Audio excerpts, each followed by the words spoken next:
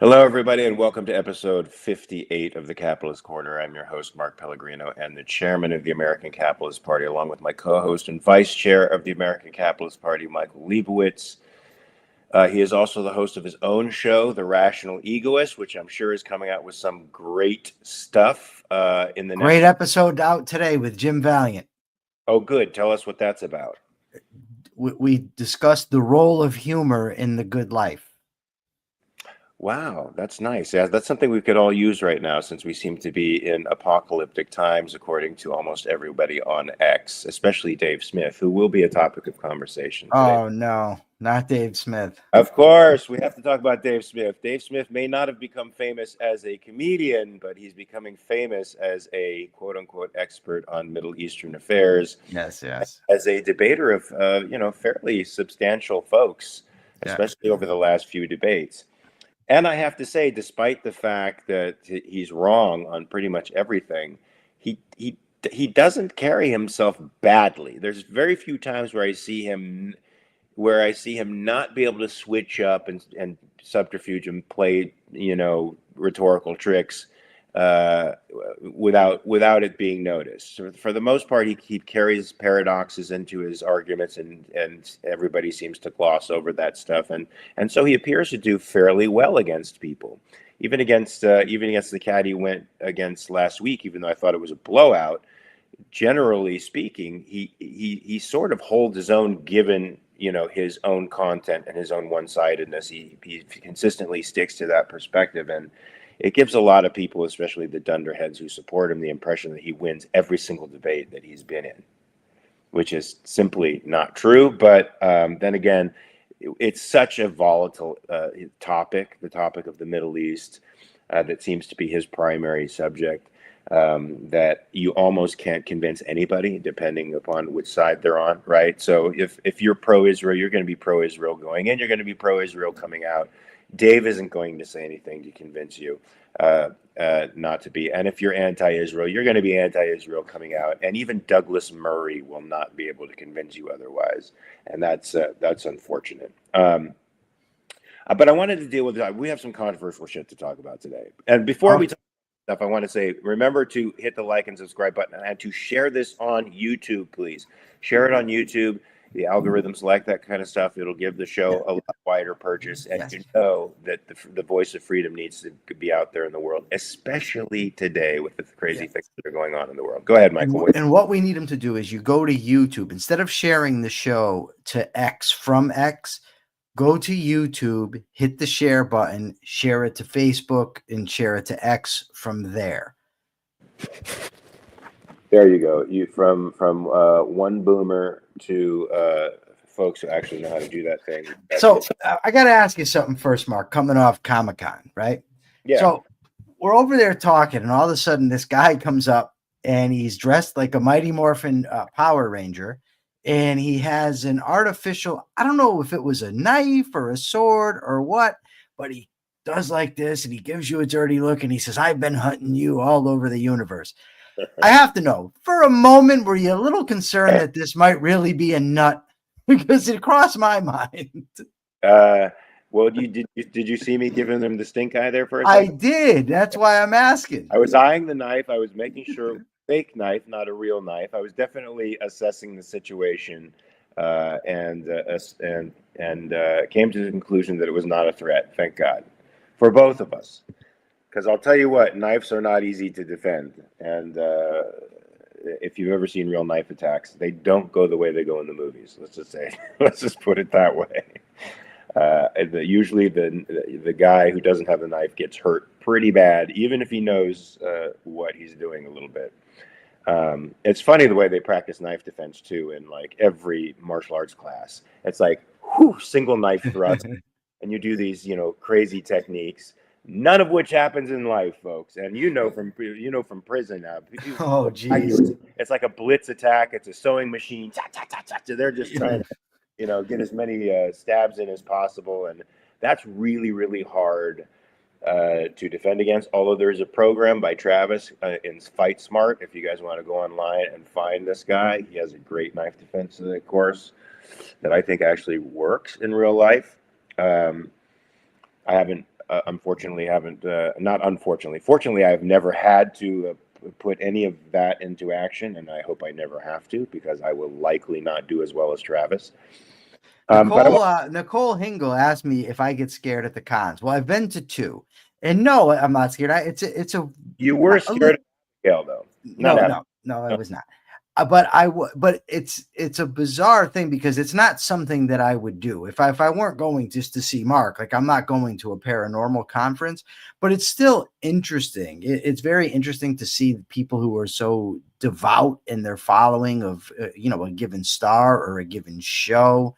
I didn't know. I knew that Supernatural was on for 15 years. Or at least I knew it was on for a very long time. I had no idea the following that the show has and how much the people just love it. I mean, even if, Mark, when you did the, what do you call the panel discussion, and the fans are just really, really into it. It's a interesting experience for me. Hey, they're hungry for heroism, and the Winchesters offer storylines where they are the heroes. They fight God, for crying out loud. And I thought you gave an excellent when you gave that answer, that and the answer to the girl who asked about the how to give a speech because she was graduating high school. I thought that both you and Samantha Smith did an excellent job on that, and your answer about the heroism I thought was absolutely fantastic. Oh, thank you so much. Well, hopefully you can see that online. They were taping it. Somebody's going to put it online and criticize it and probably call me a bigoted racist bastard. That's sort of the way it always works. I want to deal with something, first of all, that I think we can both agree on. All right, let's agree on something. Wait. Let's say I think every article on here we're going to agree on, except I have sentiments that go in one direction and my principles that go in another. And Nice. where we're in that respect. So Whoopi Goldberg, my God, a very wealthy African-American comedian who has been wealthy, I might add, for decades. The first movie I ever did was with Whoopi Goldberg. It's called Fatal Beauty. I didn't know how to act, so please. You were in Fatal Beauty? Yeah, so please don't attack me, because I hadn't gone to acting class. I didn't know anything about acting. But I got to work with Whoopi Goldberg, Brad Dourif, and Sam Elliott. I never worked with Sam Elliott, mostly Brad Dourif. And I got to meet Whoopi, and I thought she was amazing. And she was hugely famous at the time, stand-up comedian. She was doing the big shows with Robin Williams and Billy Crystal that they would do, for Live Aid stuff for people. That was her third movie, right? After Burglar and Jumping Jack Flash, she did Fatal Beauty, I think. Perhaps. And then didn't she win the Academy Award for Ghost? For Ghost, yeah, I believe so. Okay, but she is like a Hollywood insider from the get-go. She has been world famous and a multimillionaire for ages. She is probably one of the most blessed human beings on the planet. And Sure. What did she go and say on The View? She compares black people in America with women in Iran. Black people in America, Yes, presently in the 21st century, with the condition of women in Iran. Now that is a moral and a perceptual disconnect that I find absolutely impossible to believe that she could say that. Especially given the economic dominance of African Americans and cultural dominance of African Americans in multiple fields in America. How in the world can this woman say that? What motivates this kind of stupid comment?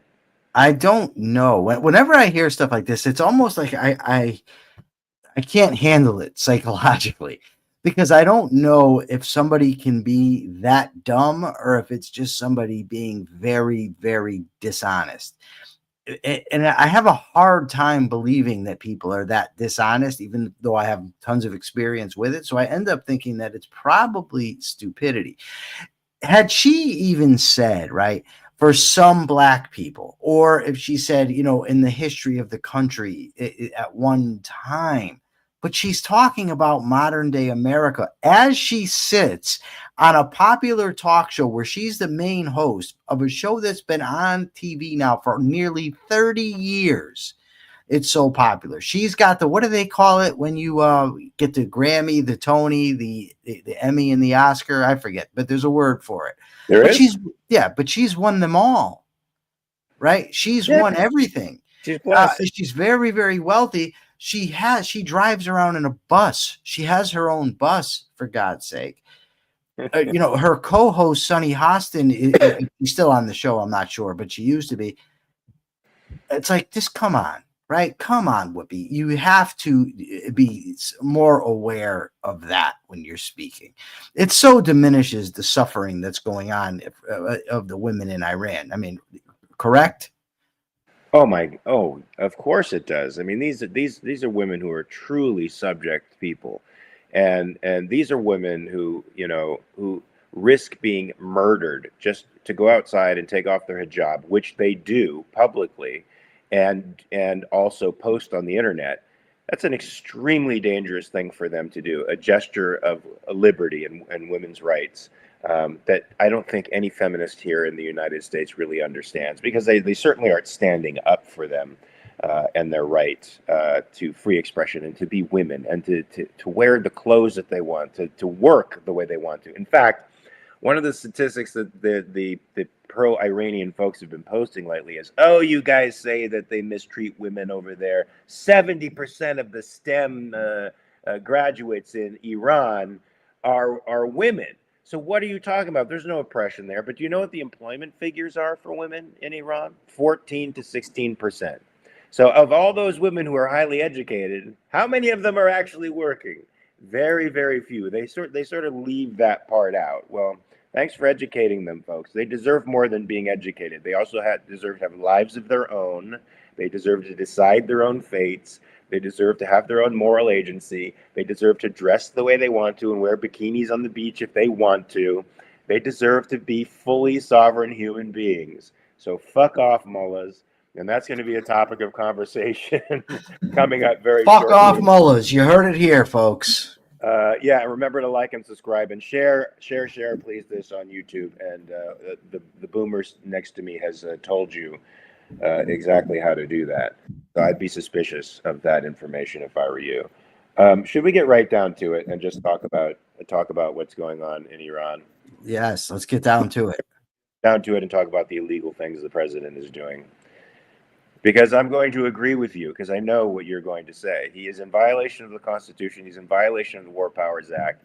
I have thought about this because James Valliant said he has wide plenary powers with respect to the Constitution, and that he is not, in fact, violating either by doing what he did. However, I have been thinking about this, and if James is watching, he can scold me, and I would appreciate it. I have been thinking about this, and I've come to the conclusion that it is indeed against the Constitution and indeed against the War Powers Act.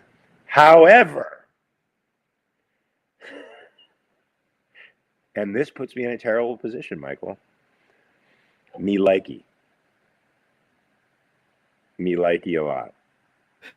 I've got some people here working on the house, so if you hear, you know what? Let me switch this right. No, we now. can't hear any. I can't hear anything because your mic is, I think, taking out the background noise. Oh, you want the big face? I went with the big face.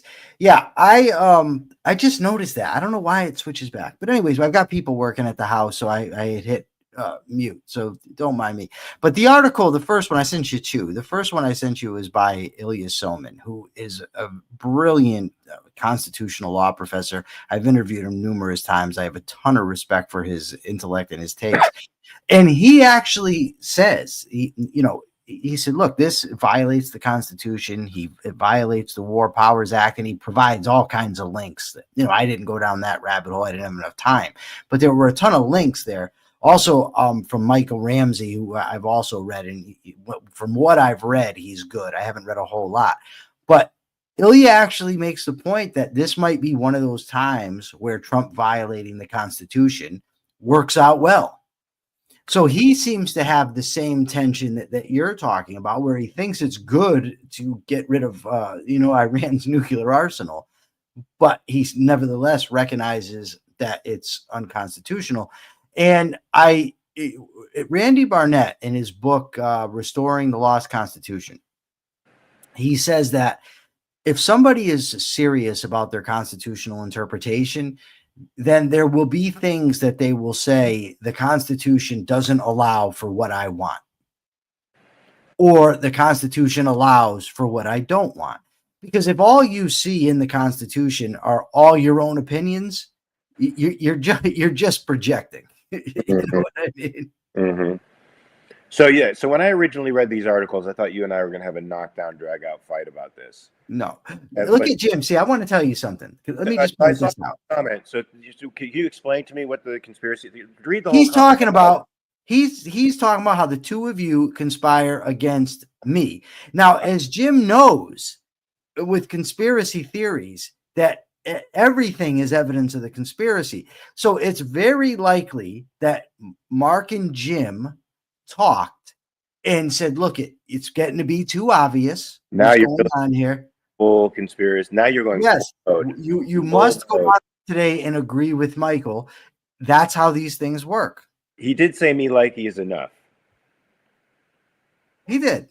He said we need that full-scale debate. We do need that full-scale debate. This is something very important because we do have a president who is certainly pressing the boundaries of executive power. He needs to be reined in for sure. The are you pulling back because there's too much face going on? No, I pulled back because I remembered that when the last time we did the big face, when I generated the clips afterwards, they were all screwy. It was combining, like both of our screens were both top and bottom pieces, so it didn't come out well. So I went back to this because it makes a better clip. And I don't see any delay when I'm in this mode, so that's good too. What was I saying? Because when you interrupt me and derail me at 60, I can't remember where I am. So you can't do. Deeper with Diego is wrong here. He says no one has given a flying poo about presidents violating the Constitution in the context of war since before my mother was born. But actually, Rand Paul has been talking about it, and libertarians, a lot of them, to their credit, have been talking about it as long as I've been paying attention. Yeah, but they're mostly on the wrong side of history anyway. That's not relevant to whether they've been talking about the constitutional issue. They've been talking about it, but they're on the wrong side of history almost all the time. And they're coming from a pacifist perspective, which is, are we supposed to wait for Iran to get a nuclear weapon before we do anything? Not only get a nuclear weapon, but perhaps use it on us. Is that is Manhattan supposed to be leveled to dust before we do anything to Iran that justifies congressional approval? Yeah. So anyway, beyond that, I mean, I'm very happy for the fact that bunker busters were used to take out Iran's nuclear capacity. I don't think, as Dave Smith is, so he's got his panties in a wad and he's all worried about what's going to happen. He thinks the same thing as Iraq, and it's going to wind up to be a quagmire. One of the things these people never acknowledge is the ethics that binds our rules of engagement, and that those ethics is one of the reasons why we have wars that go on forever and ever and ever and have no resolution. So it's not just that it's not like a foregone conclusion, folks, that if America gets into a war, it's going to be a quagmire. But it shouldn't be with proper rules of engagement. But because we don't have proper rules of engagement, that's exactly what happens every time.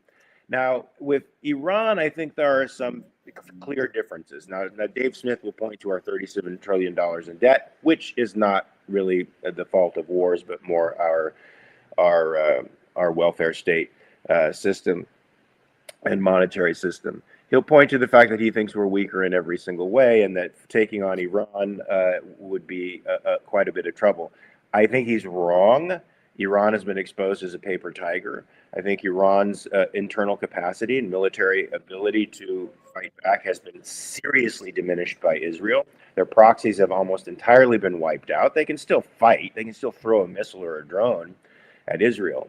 Certainly not at us, or maybe at some of our troop emplacements over there. But they really can't do a whole lot of damage to us, and Israel's going to continue to degrade their capacity. Hopefully to the point where there is regime change. I would like there to be regime change, because I think there's a huge population of Iranian. I don't know if you could call them liberals, but as close to liberals as you can get over there, who would be very interested in liberalizing that society. And this wasn't the case in Iraq. This wasn't the case in Afghanistan. Right? This wasn't the case in pretty much. It was claimed about Iraq, though. Well, that was because Bush thought that a democracy rested in everybody's hearts. But it wasn't just by Bush. Bush also forced Hamas on Israel and said, look, in order for these elections to be democratic, you have to include Hamas in the ballot. Yeah. Because he assumed that people wouldn't vote for insanity. But, you know, that's Bush's naivete, and I think his religion blinded him to the fact that, you know, there are real fanatics out there that think that their particular worlds need to be governed by other fanatics. So Yeah. there certainly is a contingent of the population that believes that in Iran, and they have the guns, unfortunately. But there's a larger contingent of people that don't want that I think they want to be in a secular government. See, I think that it's just, and I made a post about this the other day on X, and I ended up arguing with everybody as I'm wont to do. But the same people who say not every war is World War II, to those who cite, the Appeasement by Chamberlain of Hitler, then turn around and constantly reference Iraq and Vietnam. And I think the important thing, and I put this out there, is that we learn from all of history, right? We don't selectively do so. So I think we need to be aware that there's a risk of appeasement and that there's a risk of folly and interventionism and ending up in quagmires. And judging ahead of time which one you're facing is no easy task.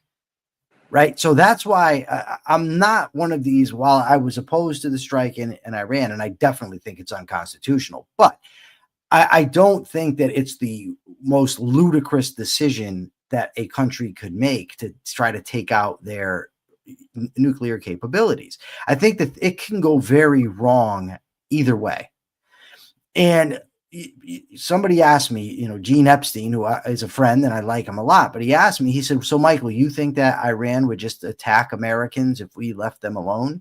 And I pointed out, well, look, they attacked this, and this.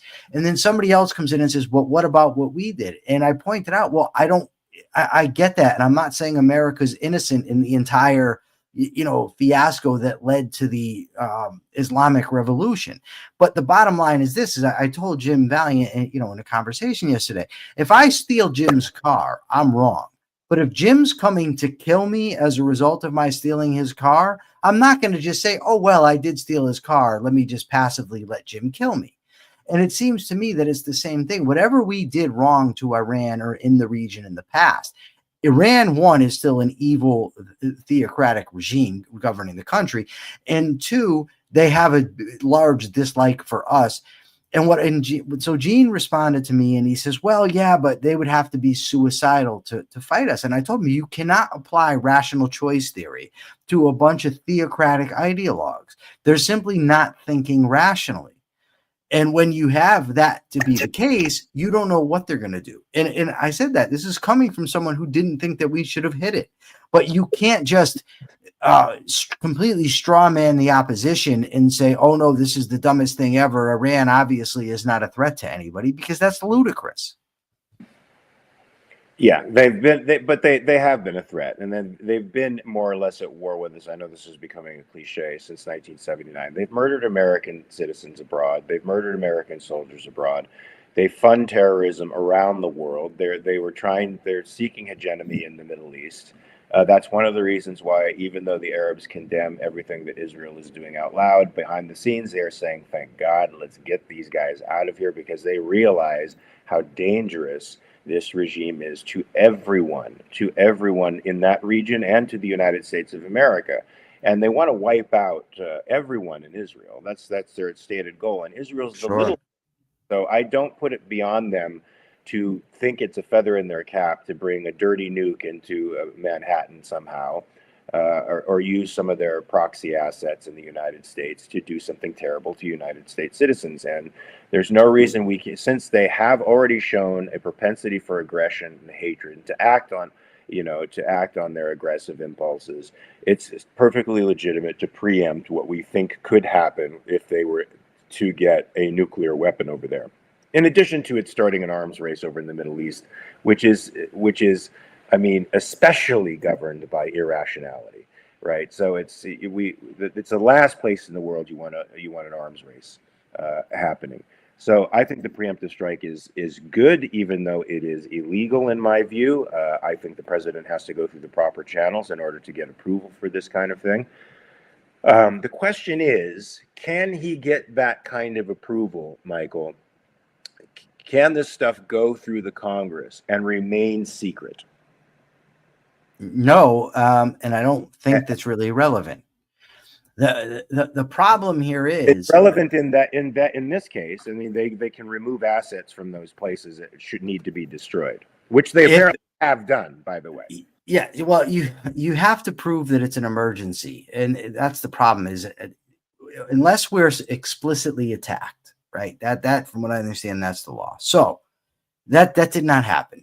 Now, remember when Barack Obama years ago said that the Constitution is an obstacle for what he wants to accomplish, right? Yep. I'm happy it was an obstacle to what he wanted to accomplish.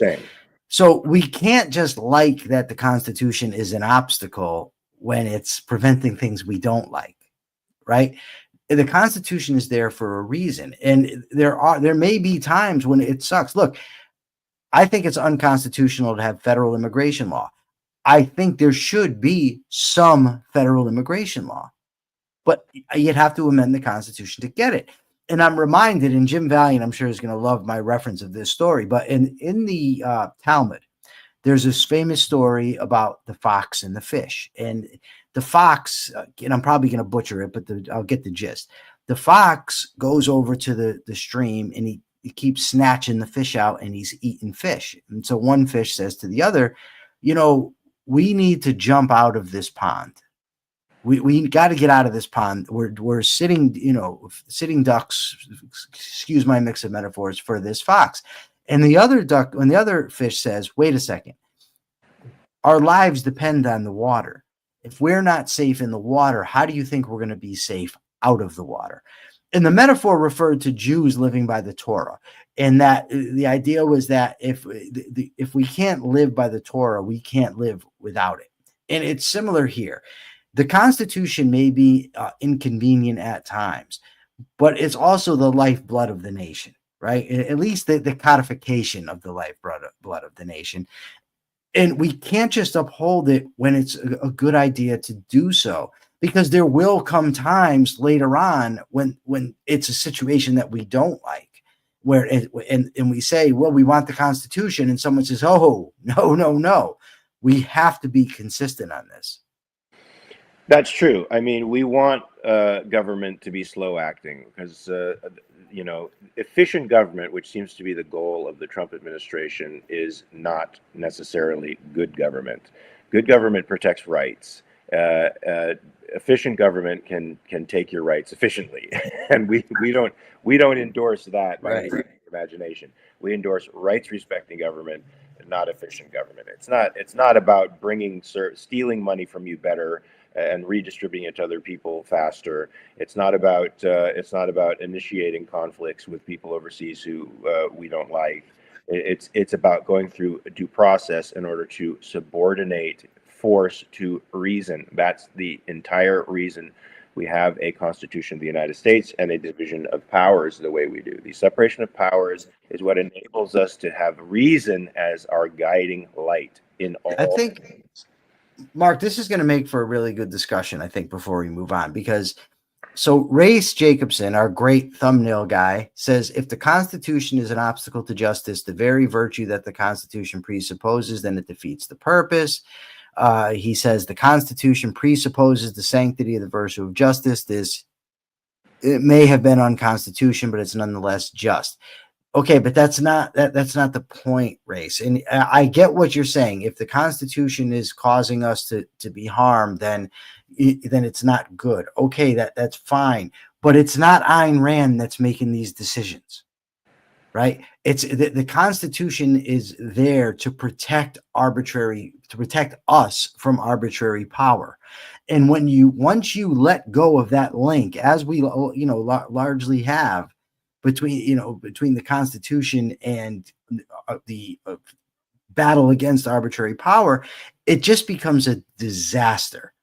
And that's what is going to happen. That's what keeps happening in the country because we've so far strayed from the constitutional principles. We always have to remember that we are being governed by human beings who are not always motivated by justice or the greater good. Particularly the one in office at the moment. Yes. So we need the Constitution as the, and we can change it. We can amend it.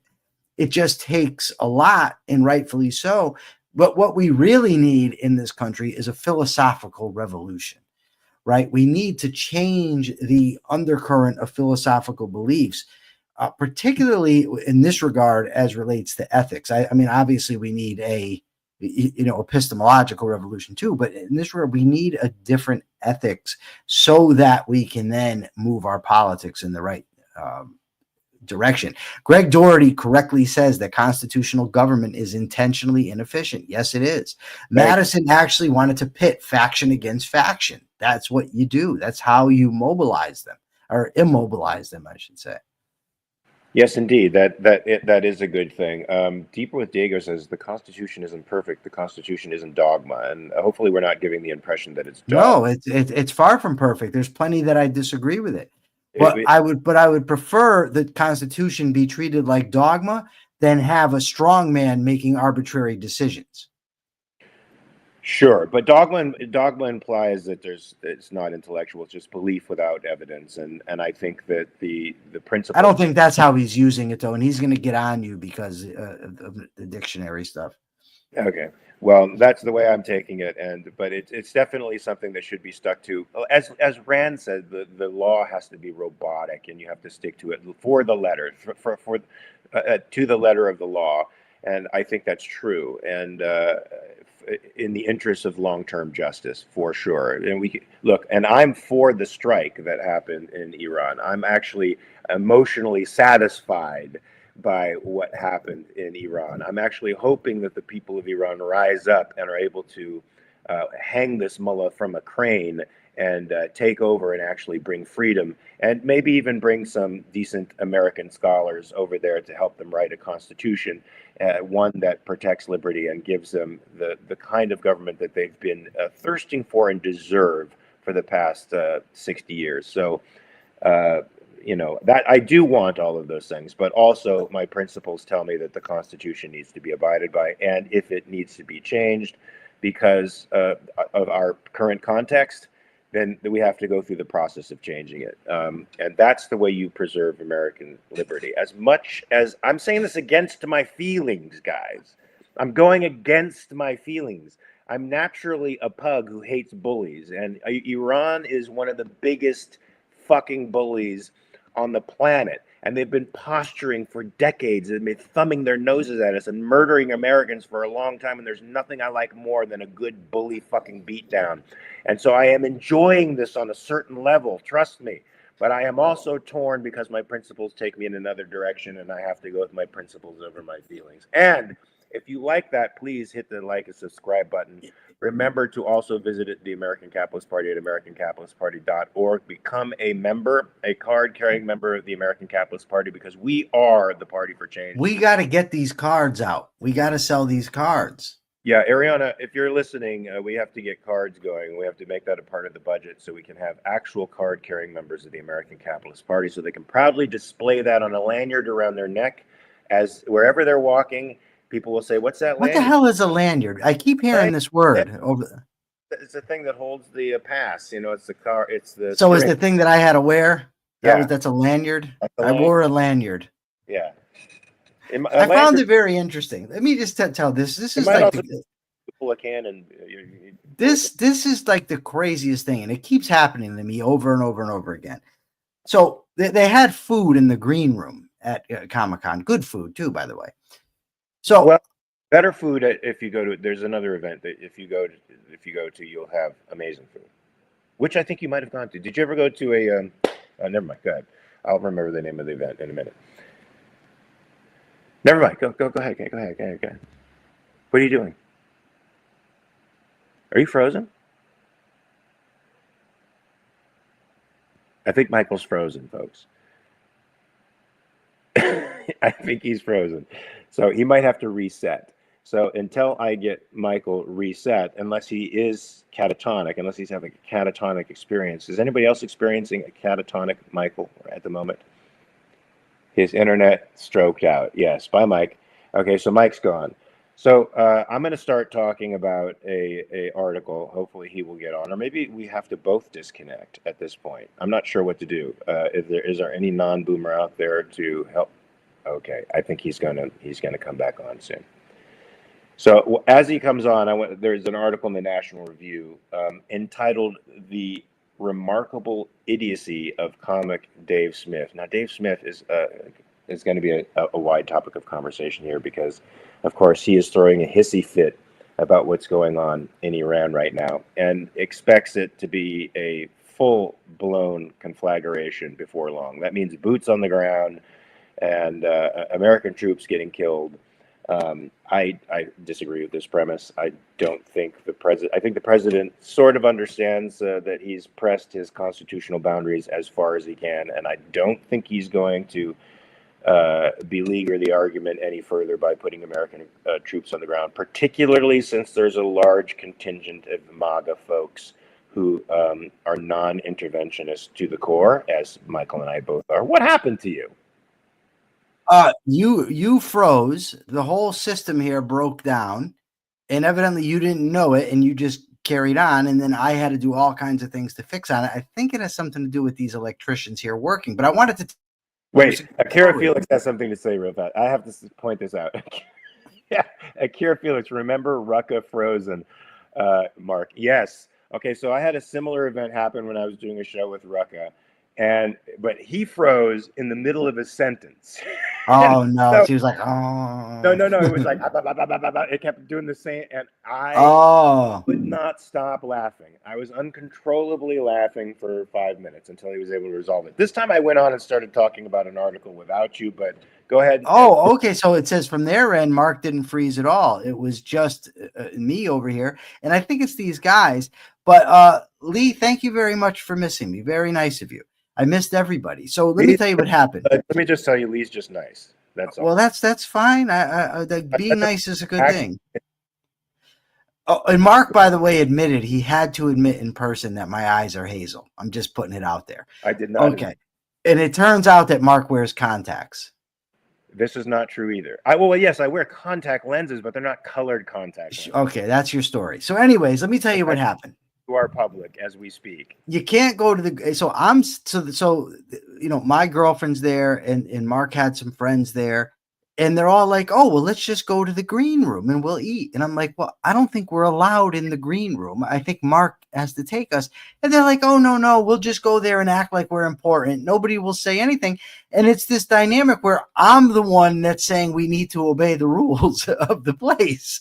But it turns out Yeah, and they're all like, oh, no, we'll just go in there, we'll eat it up. But it turned out I had the lanyard, and as long as you have the magic lanyard, you can go into the green room. That's right. It said guest. It said you were official guest. Yes, it was nice. And I ordered, Nicole, just so you know, Mark. Yes. I want to tell you, Mark, my Diana ordered me the Jacob doll. Oh, the Funko? Yes. So I've got a Mark Pellegrino doll coming. I thought, wow, I could get rich doing this because they've got an autographed version available online. If it's autographed by Mark Pellegrino, the thing sells for $100. And I'm thinking, wow, what a scam I could get in here. I could go buy these things for $12, have Mark sign them, and they could kill it out there. But then I'd be taking away from your. Oh, Diana bought another doll too that she's just telling me about right now. I didn't know. Michael Liebowitz doll that was on sale. No, it's another Jacob doll. Okay, what? It's another Jacob doll that I explicitly asked her not to buy because we already had the other one coming, but as is obvious, I'm not listened to. So we've got two Jacob dolls coming. Well, there is a Jacob doll that looks more like me instead of the Funko thing. This is an actual doll. It moves around. It does all kinds of things. Okay. So we're not going to get into exactly how that's going to look later on when you take it out of the package and start playing with the dolls. Wait. There was a comment there about our eyes, and I wanted to see it, but now it's scrolled up, and we're well. I'll find it. This is not difficult. But Deeper with Diego says he has a Michael Liebowitz body pillow. I don't think those would sell very well, but you know. What did you see here?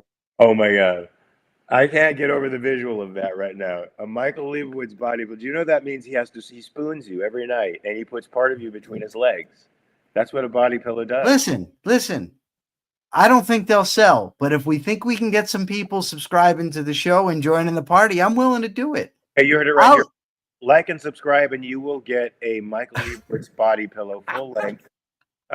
Who do we get? Do we get Mike Lindell to make these things from? Yes, but and I'll tell you what, for whoever donates the most money, I might even show up as a personal body pillow. A human body pillow. The Deeper with Diego says, Michael, you are my little spoon. Did you hear? Oh, that's so sweet. But let's get on to these topics here before you have to give your capitalist thought of the day. Since don't be bullshitting that you gave it, because I know I gave it last time. You did give it last time. So this National Review article pilloried Dave. Just actually pilloried him. And also, I have to say, you made me subscribe to National Review. They didn't give you the free article? Oh, I had to subscribe, and now I got 5 free articles. And by the way, I tried to subscribe this morning, and it wouldn't let me. So I'm just like, you're having a problem with your this. I said, screw this. I'll just go and get the free article. Well, it's $4 a month. So all right, and then for an extra $1, I could have gotten the actual printed version, which I prefer as a boomer. But it's 50 cents, by the way. It's an extra 50 cents. It's not $1. You're lying to everybody again, not recognizing that I saw it. Not on purpose. It's early onset senility. So it's like I used to get the National Review when I was, in my early 20s and went through a conservative phase. Me too. Bill Buckley mentored me for a bit. He never mentored me. I never liked the guy, but I did like. I also got the Conservative Chronicle, believe it or not, for a while, because it had great editorials by Thomas Sowell and Walter Williams and Krauthammer and Cal Thomas, and a lot of the things those guys said really grounded me. And then I never outgrew Thomas Sowell or Walter Williams, but I outgrew the rest of them. I think. Anyway, this article about Dave is scathing. Do you want to talk about it a little bit? You remember the particulars?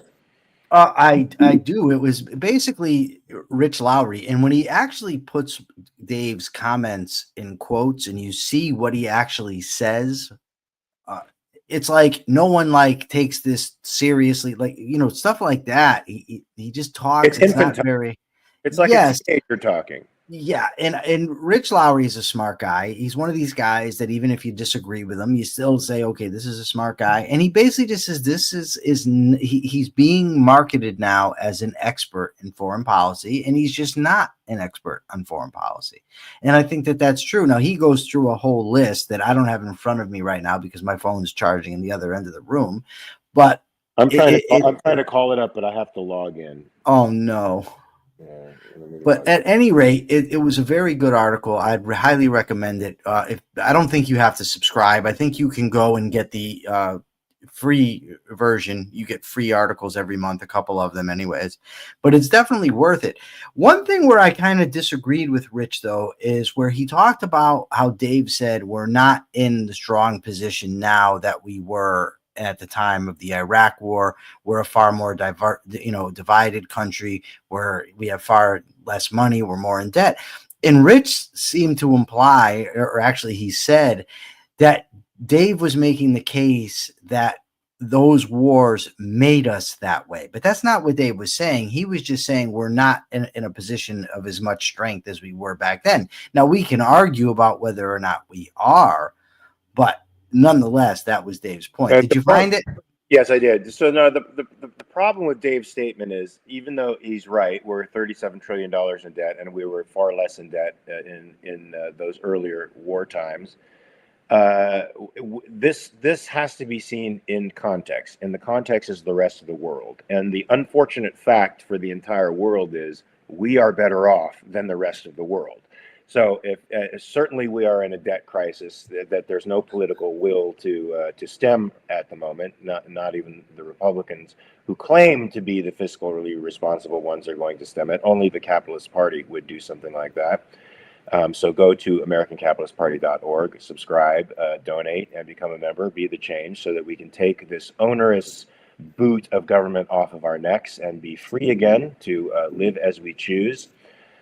We are still better off than everybody else. And so, and we're certainly a lot better off than Iran, especially in Iran that has been degraded by, not only has its entire military infrastructure been gutted and decapitated, its scientific infrastructure has been gutted and decapitated. Now, I think Dave argues somewhere in the article that you can't take away the scientific knowledge. You can't take away. Yes, you can. You actually can. In places that are top down, organized from the top down, and concentrate power in very specific departments where everything is political, you kill the heads of those departments. You actually cut off the heads of the snake, and the snake doesn't know what to do.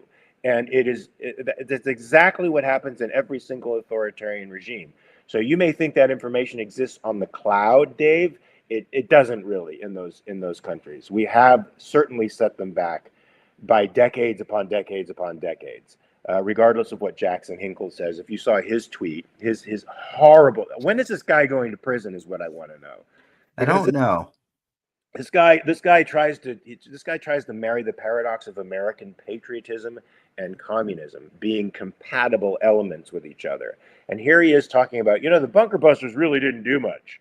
They really didn't cause any infrastructure damage in there. I don't know how he gets this information ahead of everybody else that's currently assessing the situation, but somehow to him, the nuclear program of Iran is perfectly intact. Now, in part, he says because a bunch of trucks were seen leaving these areas, and of course, the Mossad already knew this. The IDF already knows where all those trucks are. So all that fissile material is somewhere out there. That's why there was a low radiation register after the attacks, and the centrifuges are probably been transferred somewhere else.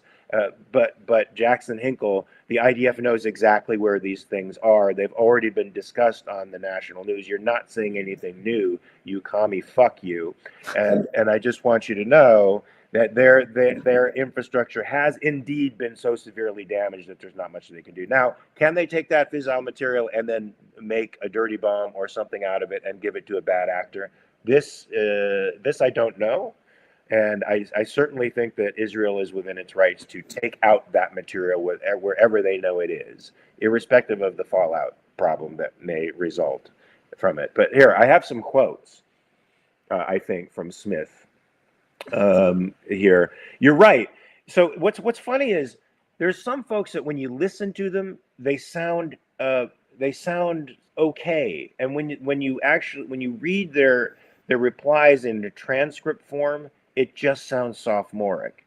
Yes. And Dave is one of those guys who can get away with the performative aspects of blood sport debating and the performative aspects of debating, while at the same time, if you really hear what the guy is saying, it's like imbecilically stupid half the time. And a lot of the times he gets away with this, Michael, and you can tell me how he gets away with this, because he even got away with it with the last cat he debated. What's his name? That guy?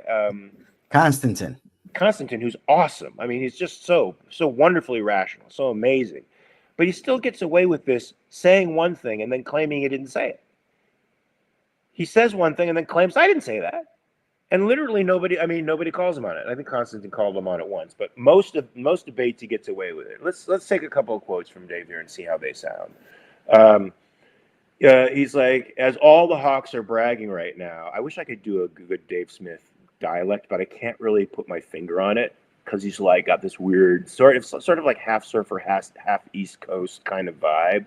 It sort of really gets on my nerve and makes me want to choke him. But it's like so I can't do it perfectly at all, so I won't do it. But it's like, as all the hawks are bragging now, Smith averred, or saying that essentially Israel was already at war with Iran because Iran attacked first on October 7th. Their proxies attacked. And what does that mean? I mean, that statement in itself. Now it's all coming back to me. They always say that they're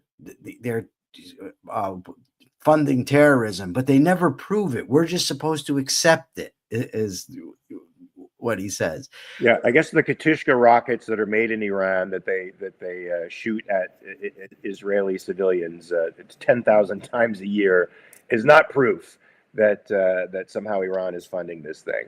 Oh, This is the thing, Mark. I'm going to just make a point, and I've made it before. I'm going to make it over and over again until I'm dead.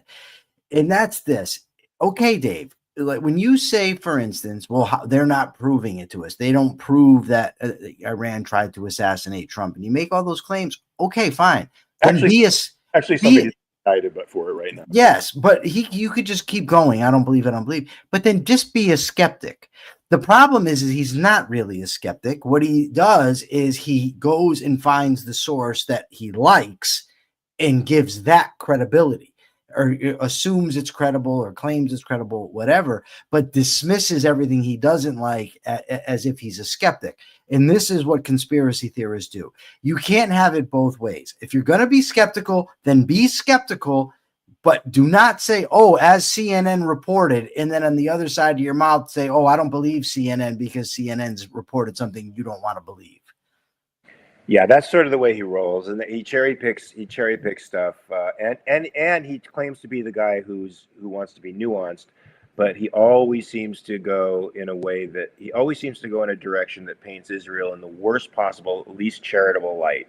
So when he talks about Benjamin Netanyahu's policies towards Gaza, funding them or allowing funding from Qatar to go through, there's no subtlety anymore there. There's none of that. Well, this is the way states play off of each other, and he's trying to play one enemy off of another enemy, and it's pragmatic politics. It's stuff that you and I don't agree with, but this is the way a lot of statecraft is done, and everybody does it around the world. Why is Benjamin Netanyahu uniquely being called out for some kind of despicable and dishonest action that everybody else does? And it was pretty much Cold War policy through 50 years of American governance. And somehow he manages to lose all subtlety with respect to that and paint Netanyahu in the worst possible light, which, in some cases he deserves to be painted in. But in my opinion, for carrying on a war for 2 years, it should have been over in 2 months. He also says, it's like when they say Iran is the #1 sponsor of terror, do they ever have, stuff to back that up with data? So it's like, even if Iran was the #2 sponsor of terror, or #3 sponsor of terror, that still makes them a very dangerous enemy, and it still makes them extremely active in their attempts to not only obliterate Israel, but to undermine the United States as well. So I've found, and you can tell me if you think this is true, I think that 99% of the things that Dave says when he's in a debate with somebody are almost totally irrelevant. I don't know about 99%, but I think it's definitely there. I think they're shifting. He often accuses people of committing logical fallacies that he himself is committing.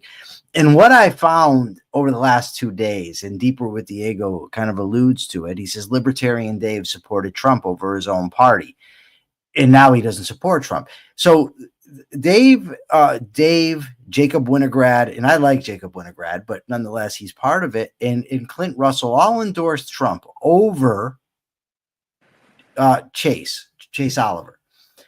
So now they're all talking about, yeah, we warned you, when this started that we'd be getting involved, and we warned that this would be happening. And I'm just like, hold up. You guys endorsed Trump over your own candidate. Now's not the time to claim prescience, right? Come on. Like, really, we knew you didn't know shit, because that's why you endorsed him, despite the fact that, so many people warned you.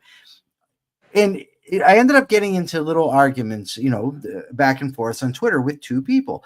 One of them comes, and at the end of the debate, what he does is he posts a picture of Trump and Netanyahu and said, this is what we need to be worried about. And I said, aha, there it is. Right. And it's what you just said. That's what it's really about. All this bullshit you're sidestepping and dancing around all comes down to you don't like Israel, and probably comes down to you don't like Jews. Right. That's what it comes down to. And a guy this morning, when I tagged, because I actually tagged Chase into the discussion, because Clint endorsed Trump. Now, this is the party of principle. but you endorse somebody over your own candidate, right? Over Chase Oliver. And so finally, a guy steps in and says, yeah, that's because Clint doesn't want gay race communism in office. And I said, okay, so there it is. It's just bigotry, right? Mm. Your thing with Chase, because these are all anti-war guys. Chase is an anti-war guy. You had him, but you didn't endorse him because he's gay. You can say anything else you want. I really don't give a fuck. It's obvious. It's clear as day. And Akira Felix says Chase Oliver had a horrible foreign policy, although he is more libertarian than Trump. I disagree a lot with Chase on foreign policy. I think Chase is a good guy. I know him. I like him. I think he's infinitely better than Trump.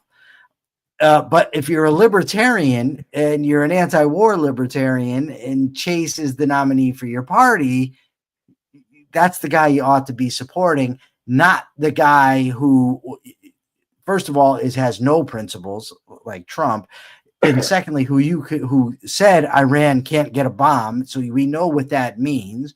He's also for cracking down on the war on drugs, bombing cartels in Mexico, but they. Oh, Okay. there's.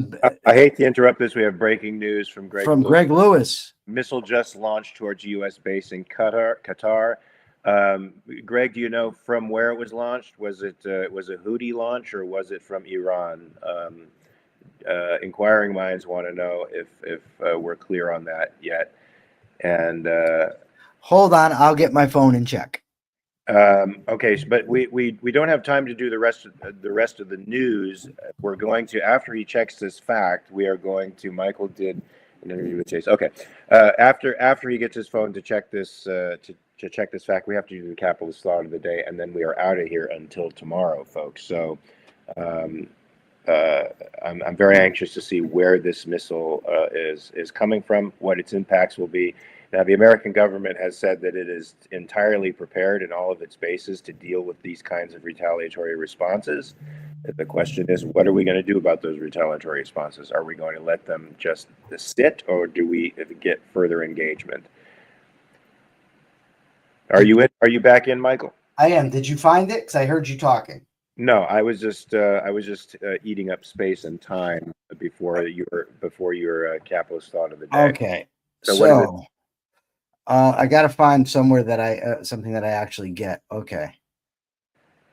This is 1 minute ago. This is from The Guardian.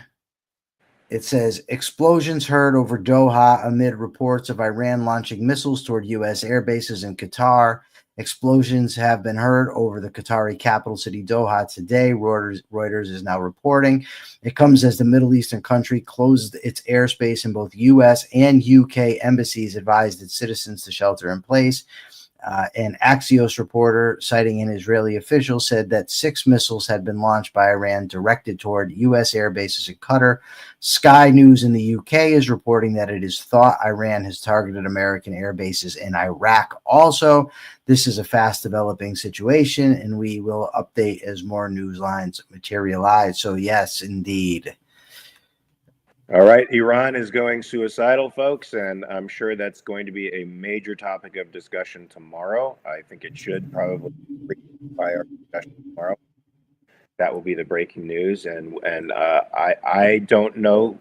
I've thought that it wouldn't go into a wider conflagration, but we'll see what happens with these latest missile launches. Can you give us a capitalist thought for the day, Mike? I can, and the capitalist thought of the day is going to reference a story that we did not get to. In Texas, there is a law that has been passed and signed dictating that the 10 Commandments be in every public school classroom.